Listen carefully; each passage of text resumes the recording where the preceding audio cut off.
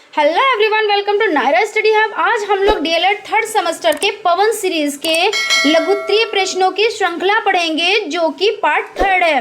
देखिए, इससे पहले हम लोगों ने पार्ट फर्स्ट और पार्ट सेकेंड पढ़ा। उसके बाद हम लोगों ने सामाजिक अध्ययन के पेपर सॉल्व किए। 16 यानी कि 2016 का पेपर सॉल्व किया। उसके बाद 2017 का पेपर सॉल्व किया। उसके बाद कुछ प्रशिक्षुओं के कमेंट आने लगे कि मैम पहले आप लघुत्तरीय प्रश्नों की श्रृंखला कंप्लीट करा दें, उसके बाद पेपर सॉल्व कराएं। इसलिए हम आप लोगों के लिए लघुत्तरीय प्रश्नों की श्रृंखला लाए हैं। ये जब कंप्लीट हो जाएगा, यानी कि पवन सीरीज की लघुत्तरीय प्रश्नों की श्रृंखला कंप्लीट हो जाएगी, उसके बाद हम लोग फिर से पेपर सॉल्व करेंगे। तो आइए चलते हैं, देखते हैं आज की सीरीज का फर्स्ट नंबर का क्वेश्चन। देखिए, नूरजहां मकबरा तथा कोहिनूर शब्दावलियों के शाब्दिक अर्थ स्पष्ट कीजिए। तो देखिए, आपका 2016 में आया हुआ क्वेश्चन है, इसलिए आपके लिए मोस्ट इम्पोर्टेंट हो जाता है। देखिए, नूरजहां कौन थी? तो नूरजहां जहांगीर की पत्नी थी और जहांगीर ने उनकी सुंदरता के कारण उसे यह उपाधि दी थी। उसके बाद देखिए मकबरा, तो मकबरा को जान लेते हैं। तो मकबरा किसको कहते हैं? तो बादशाहों की कब्र के ऊपर बना स्मारक, उसको मकबरा कहा जाता है। उसके बाद देखिए कोहिनूर, तो मयूर सिंहासन में जड़ा हुआ बहुमूल्य हीरा, यानी कि जो बहुमूल्य हीरा था उसको कोहिनूर कहते थे। यानी कोहिनूर किसको कहते हैं? तो मयूर सिंहासन में जड़ा हुआ बहुमूल्य हीरा। उसके बाद चलते हैं नेक्स्ट क्वेश्चन की तरफ। नेक्स्ट क्वेश्चन है, मुगल कालीन साहित्य के विकास पर प्रकाश डालिए। तो साहित्य जीवन, यानी कि मुगल कालीन साहित्य जीवन के बारे में हम लोग देखिए रोशनी डाल लेते हैं। तो मुगल कालीन शासक स्वयं साहित्य एवं कला प्रेमी सम्राट थे। फलतः इनके शासनकाल में साहित्य एवं कला की अभूतपूर्व उन्नति हुई। देखिए, मुगल वंश का संस्थापक बाबर, जैसा कि आप लोग बहुत अच्छे से जानते हैं कि मुगल वंश का जो संस्थापक कौन है? तो बाबर था। और उन्होंने क्या किया? तो तुर्की एवं फारसी का उन्हें बहुत वो मतलब क्या थे? तो वो बहुत बड़े विद्वान थे। किसके विद्वान थे? तो तुर्की एवं फारसी भाषाओं के। और देखिए, बाबरनामा उनकी प्रसिद्ध रचना है। कौन सी रचना उनकी प्रसिद्ध है? तो बाबरनामा। मुगल काल में फारसी ग्रंथों की रचनाओं का बाहुल्य रहा। इस काल में अनेक हिंदी एवं संस्कृत के ग्रंथों का फारसी भाषा में अनुवाद किया। देखिए, गुलबदन बेगम का हुमायूंनामा, अबुल फजल द्वारा लिखित अकबरनामा, यानी कि अबुल फजल ने कौन सी पुस्तक लिखी यानी ग्रंथ लिखा? तो अकबरनामा एवं आईने अकबरी आदि इस काल की प्रसिद्ध रचनाएं हैं। शाहजहां के काल में भी साहित्य की पर्याप्त उन्नति हुई। संस्कृत के प्रसिद्ध विद्वान एवं कवि पंडित जगन्नाथ शाहजहां के राजकवि थे। इन्होंने रस गंगाधर तथा गंगा लहरी नामक प्रसिद्ध पुस्तकें लिखी। उसके बाद देख लेते हैं, देखिए, इसके अतिरिक्त संत तुलसीदास ने रामचरितमानस तथा भूषण मतीराम जैसे हिंदी के महान कवियों ने श्रेष्ठ रचनाएं की। निसंदेह इस काल में हिंदी, उर्दू व फारसी भाषाओं का पर्याप्त विकास हुआ एवं उत्कृष्ट साहित्य रचनाओं का सृजन हुआ। महाभारत का अनुवाद बदामुनि द्वारा राज्यनामा नाम से किया गया। देखिए, महाभारत का अनुवाद बदामुनि द्वारा, किसके द्वारा? तो बदामुनि द्वारा। और देखिए, राज्यनामा नाम से किया गया। ठीक है ना, आप लोग इस पॉइंट को याद रखिएगा। उसके बाद चलते हैं नेक्स्ट क्वेश्चन की तरफ। नेक्स्ट क्वेश्चन है, मुगल काल को साहित्य का स्वर्ण युग माना जाता है, स्पष्ट कीजिए। देखिए, ये आपका क्वेश्चन डीएलएड थर्ड सेमेस्टर 2018 में आया हुआ है, इसलिए आपके लिए ये मोस्ट इम्पोर्टेंट क्वेश्चन हो जाता है। देखिए, इसके बारे में जान लेते हैं। मुगल काल में साहित्य का निर्माण विभिन्न भाषाओं में हुआ। नवीन रचनाएं और अनुवाद दोनों ही दृष्टि से इस समय में महत्वपूर्ण कार्य हुआ। फारसी, संस्कृत, हिंदी आदि के अतिरिक्त उर्दू भाषा का विकास भी इस काल में हुआ। फारसी साहित्य में मुख्य स्थान ऐतिहासिक पुस्तकों एवं आत्मकथाओं का है, जिनमें बाबर की आत्मकथा तुज़के बाबरी, अबुल फजल का अकबरनामा और आईने अकबरी, गुलबदन बेगम का हुमायूं नामा है। विभिन्न बादशाहों और सरदारों द्वारा लिखे गए पत्र भी फारसी साहित्य में महत्वपूर्ण स्थान रखते हैं। हिंदी साहित्य में पद्मावत, मुगावत नाम दो श्रेष्ठ ग्रंथों की रचना हुई। अब देख लेते हैं, देखिए पद्मावत और मुगावत हिंदी साहित्य में, देखिए ये दो श्रेष्ठ ग्रंथ हैं, इनकी रचना हुई कब हुई? तो मुगल काल में। संस्कृत में फारसी प्रकाश का कार्यकोश तैयार किया गया। इस काल में अनेक विद्वानों ने धार्मिक साहित्य और वीर गाथाओं का निर्माण किया। उसके बाद चलते हैं, देखिए नेक्स्ट क्वेश्चन की तरफ। नेक्स्ट क्वेश्चन है, मुगल कालीन स्थापत्य कला पर प्रकाश डालिए। अब देखते हैं मुगल कालीन जो स्थापत्य कला, उस पर हम लोग चर्चा कर लेते हैं, यानी कि रोशनी डाल लेते हैं। तो मुगल शासक स्थापत्य कला के महान निर्माता थे। उन्होंने राजमहलों, मस्जिदों, किलों, स्मारकों आदि का निर्माण कराया। मुगल स्थापत्य कला का आधार फारसी शैली था। अकबर के शासनकाल में हिंदू मुस्लिम शैली का सुंदर सम्मिश्रण हुआ। बाबर द्वारा निर्मित पानीपत के काबुली बाग की मस्जिद और संभल की जामा मस्जिद स्थापत्य कला का उत्कृष्ट नमूना है। हुमायूं ने दीन पनाह में भवन निर्माण और फतेहाबाद में मस्जिद बनवाई। अकबर ने देखिए आगरा, इलाहाबाद, फतेहपुर सीकरी, लाहौर में कई इमारतें बनवाई। जहांगीर ने आगरा, दिल्ली, लाहौर, काबुल आदि में भवन बनवाए। ताजमहल उस समय की स्थापत्य कला का अद्भुत नमूना है।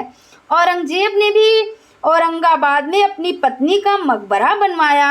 इन इमारतों की विशेषता इनके विशाल गुंबद, मेहराब, दरवाजे तथा ऊंचे चबूतरे हैं। देखिए और क्या है, और देखिए इनकी विशेषताएं। गुंबदों की विशेषता यह है कि एक बड़े गुंबद के अंदर एक छोटा गुंबद बना है। गुंबद की क्या विशेषता है कि पहले एक बड़ा गुंबद बना हुआ है और उसके अंदर एक छोटा गुंबद बना हुआ है। और देखिए इन इमारतों में लाल बलुई पत्थर, कौन से? तो लाल बलुई पत्थर। और देखिए उनका निर्माण हुआ है, किनका निर्माण हुआ है? तो लाल बलुई पत्थरों का निर्माण हुआ है। और देख लेते हैं इसमें फूल पत्तियों की बनावट के लिए नीलमणि, फिरोजा और बहुमूल्य पत्थरों का प्रयोग हुआ है। किनका किनका प्रयोग हुआ है फूल पत्तियों की बनावट के लिए? तो नीलमणि, फिरोजा और बहुमूल्य पत्थरों का प्रयोग हुआ है। इन सजावट की शुरुआत पिएत्रा टदयूरा पद्धति से हुआ है। किस पद्धति से हुआ है? तो पिएत्रा टदयूरा पद्धति से। ठीक है ना। चलते हैं नेक्स्ट क्वेश्चन की तरफ। नेक्स्ट क्वेश्चन पे चलने से पहले देखिए फ्रेंड्स, अगर आप हमारी वीडियो पहली बार देख रहे हैं या आपने अभी तक चैनल को सब्सक्राइब नहीं किया है तो प्लीज़ चैनल को सब्सक्राइब ज़रूर कर लें। और हाँ, अगर वीडियो आपको अच्छी लगे तो प्लीज़ लाइक ज़रूर कर दें और बेल आइकन पर भी प्रेस ज़रूर कर दें, जिससे आने वाली वीडियोज़ आप तक पहुँच सके। तो चलते हैं, देखते हैं नेक्स्ट क्वेश्चन। मुगल काल में सामाजिक तथा सांस्कृतिक समन्वय के विषय के बारे में संक्षेप में लिखिए। तो देखिए इसमें सामाजिक तथा सांस्कृतिक समन्वय के बारे में हमें देखना है, यानी रोशनी डालनी है। तो देखिए मुगल शासकों ने भारत में सामाजिक सांस्कृतिक समन्वय के क्षेत्र में महत्वपूर्ण योगदान दिया। इस दिशा में भक्ति और सूफी संतों के उपदेशों का जनता पर बहुत प्रभाव पड़ा। बाबर को अपने धर्म, मौलवियों और शेखों के प्रति गहरी आस्था थी। हिंदू मुस्लिम एकता का कार्य अकबर के शासनकाल में सुदृढ़ हुआ। उसकी धर्म के प्रति उदारता की नीति थी। देखिए जहांगीर का दृष्टिकोण भी उदार था। औरंगजेब की धार्मिक नीति तत्कालीन राजनीतिक परिस्थितियों का फल थी। अतः हिंदुओं के विद्रोह हुए इस काल के भक्ति संतों से गुरु नानक, चैतन्य महाप्रभु, मलूक दास, दादू दयाल और रसबदास थे। सूफी संतों में आपसी भाईचारा, प्रेम, सद्भावना और सहिष्णुता का प्रचार किया। सूफी संतों में मखदूम शेख, अब्दुल कादिर, शाह हुसैन आदि थे। इस प्रकार मुगल काल में सामाजिक सांस्कृतिक समन्वय में अच्छी प्रगति हुई। अब चलते हैं नेक्स्ट क्वेश्चन की तरफ। नेक्स्ट क्वेश्चन देख लेते हैं, शिवाजी का सामान्य परिचय दीजिए। तो देख लेते हैं शिवाजी का सामान्य परिचय। तो शिवाजी का जन्म 19 फरवरी कब हुआ था? तो 19 फरवरी सन 1630 ईस्वी में, यानी कि 1630 में शिवनेर के पहाड़ी दुर्ग में हुआ था। कब हुआ था शिवाजी का जन्म? तो 19 फरवरी सन 1630 ईस्वी में शिवनेर के पहाड़ी दुर्ग में हुआ था। और देखिए, उनके पिता शाहजी भोसले इस समय अहमदनगर राज्य में नौकर थे। उनके पिता का क्या नाम था? तो यानी कि शिवाजी के पिताजी का क्या नाम था? तो शाहजी भोसले। ठीक है ना। इस समय अहमदनगर, मतलब देखिए कि ये जो शिवाजी के पिता थे शाहजी भोसले जी, तो वो इस समय अहमदनगर पर यानी राज्य में नौकरी करते थे, परंतु बाद में उन्होंने बीजापुर के सुल्तान के यहाँ नौकरी कर ली। उसके बाद देखते हैं, देखिए शाहजी ने दूसरा विवाह कर लिया था। उनकी पहली पत्नी जीजाबाई अशिक्षित थी, यानी जीजाबाई देखिए अशिक्षित थी, इसलिए शिवाजी की शिक्षा का भार उनकी माता जीजाबाई पर पड़ा, जो शाहजी के पूना की जागीर में रहती थी।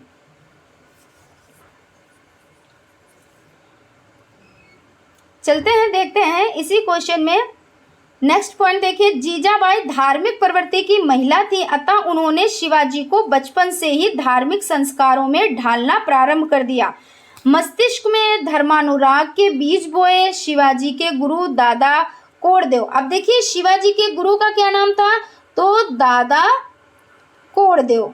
इस तरह के देखिए क्वेश्चंस आते हैं एग्जाम में, ठीक है ना। तो आप लोग अच्छे से याद रखिएगा कि शिवाजी के गुरु का नाम तो दादा कोड़देव ने, इन्होंने युद्ध कला तथा राजनीति की शिक्षा दी। युवक शिवाजी महाराष्ट्र की हीन दशा से बहुत ही दुखी थे। परिणाम स्वरूप उन्होंने मराठों का स्वतंत्र राज्य स्थापित करने का पक्का इरादा कर लिया। भारतीय इतिहास में स्वराज संस्थापक तथा राष्ट्र निर्माता के रूप में प्रसिद्ध हैं। अब चलते हैं नेक्स्ट क्वेश्चन की तरफ। देखते हैं, शिवाजी की प्रारंभिक सफलताओं का वर्णन कीजिए। आइए देख लेते हैं शिवाजी की सफलताएं। तो देखिए इसमें पूना की जागीर का स्वतंत्र शासक बनने के बाद शिवाजी ने अपनी शक्ति बढ़ाना प्रारंभ किया। सर्वप्रथम उन्होंने एक सेना संगठित की, जिसमें पश्चिमी घाट में रहने वाले युवकों को भर्ती किया। उनके प्रारंभिक अभियानों में इन युवकों ने उनकी बड़ी सहायता की। शिवाजी के पास साधनों का अभाव था, इसलिए उन्हें कूटनीति से काम लेना पड़ा। महाराष्ट्र के विस्तृत भूभागों पर बीजापुर सुल्तान का अधिकार था, इसलिए सर्वप्रथम शिवाजी ने बीजापुर राज्य से लोहा लिया। 1646 ईस्वी में उन्होंने बीजापुर से तोरण का किला छीन लिया। इस किले से शिवाजी को काफी धन मिला। इस धन से उन्होंने राजगढ़ का किला बनवाया और अपने सैनिकों की संख्या बढ़ाई। कुछ समय पश्चात उन्होंने रायगढ़, पुरंदर, सिंहगढ़, कोंकण आदि कई किले अपने अधिकार में कर लिए। ठीक है ना फ्रेंड्स। देखिए आप लोगों का जो ये पेपर सामाजिक अध्ययन का होता है, ये 50 नंबर का होता है। देखिए इसमें किस तरह से क्वेश्चंस आते हैं। तो इसमें बहुविकल्पीय टाइप जो क्वेश्चंस होते हैं वो 15 नंबर के यानी 15 क्वेश्चंस होते हैं।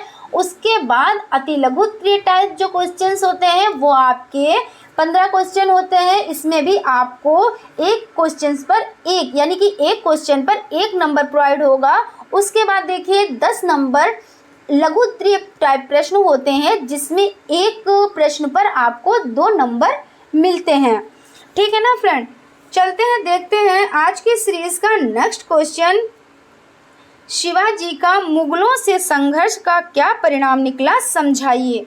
तो देखिए, मुगलों से संघर्ष का परिणाम, अफजल खां के विरुद्ध शिवाजी को जो सफलता मिली, उससे उन्हें और उनकी सेना को बड़ा प्रोत्साहन मिला। जब वे मुगलों के दक्षिणी इलाकों में लूटमार करने लगे, अतः मुगलों से उनका संघर्ष होना स्वाभाविक था। औरंगजेब शिवाजी की बढ़ती हुई शक्ति से चिंतित हुआ और उसे दबाने के लिए अपने मामा शाइस्ता खां को 1660 ईस्वी में दक्षिण भेजा। शाइस्ता खां ने मराठों के विरुद्ध 2 वर्ष तक युद्ध किया और उनके कई किले जीत लिए। शिवाजी ने मुगल सेनापति को नीचा दिखाने के लिए रात के समय उन पर आक्रमण कर दिया। सोते हुए मुगलों में भगदड़ मच गई। इस युद्ध में शाइस्ता खां अपना अंगूठा खोकर भाग गया। अप्रैल 1663 ईस्वी के इस आक्रमण में शिवाजी को पूरी सफलता प्राप्त हुई। इससे उनकी ख्याति और उत्साह बढ़ा। चलते हैं नेक्स्ट क्वेश्चन की तरफ। नेक्स्ट क्वेश्चन है, पुरंदर की संधि के विषय में आप क्या समझते हैं। तो देखिए, पुरंदर की संधि शिवाजी को दबाने के लिए औरंगजेब ने 1665 ईस्वी में राजा जयसिंह और दिलेर खां को सेनापति बनाकर दक्षिण भेजा। राजा जयसिंह ने शिवाजी को पुरंदर की संधि करने के लिए तैयार कर लिया। संधि की शर्तों के अनुसार शिवाजी ने 23 दुर्ग औरंगजेब को दे दिए।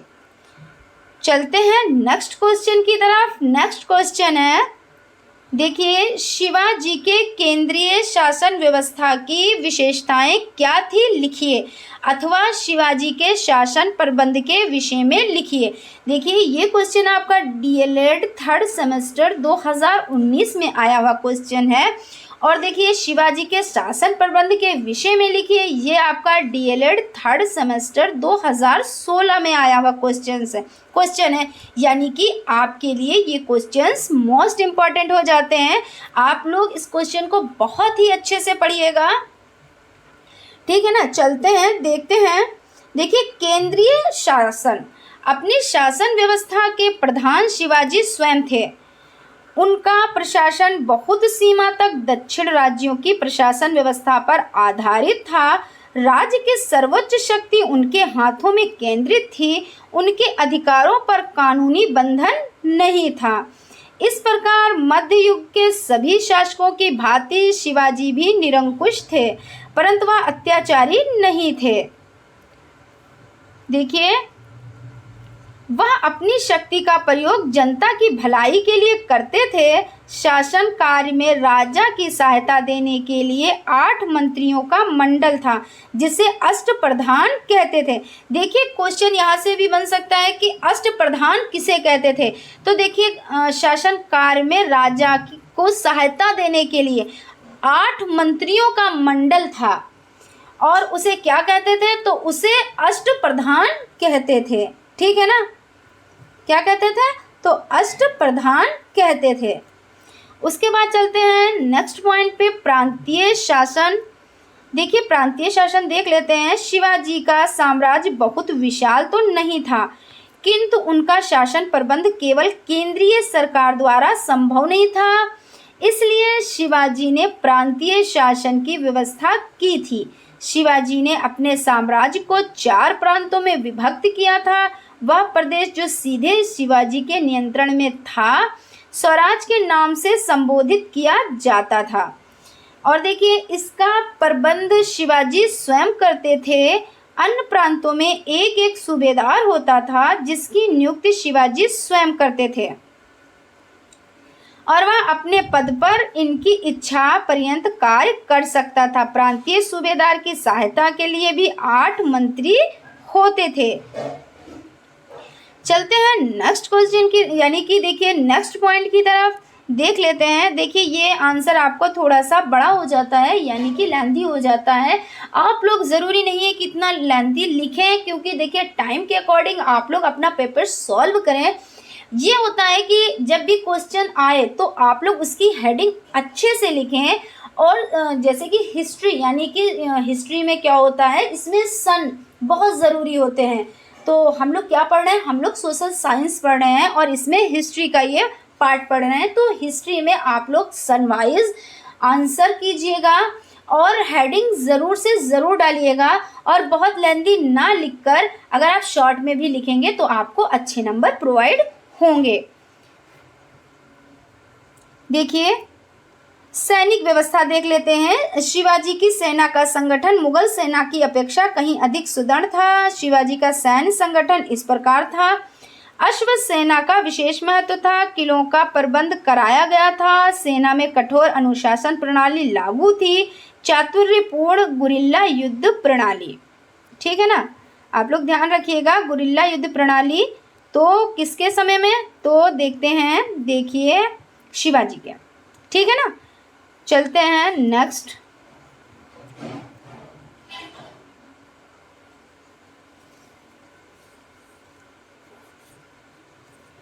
फ्रेंड्स आज यहीं तक। आपको हमारी वीडियो कैसी लगती है प्लीज़ कमेंट ज़रूर करें। हमारे चैनल को लाइक करें, सब्सक्राइब करें और बेल आइकन को ज़रूर दबा दें, जिससे आने वाली वीडियोस आप तक पहुंच सकें। Thank you.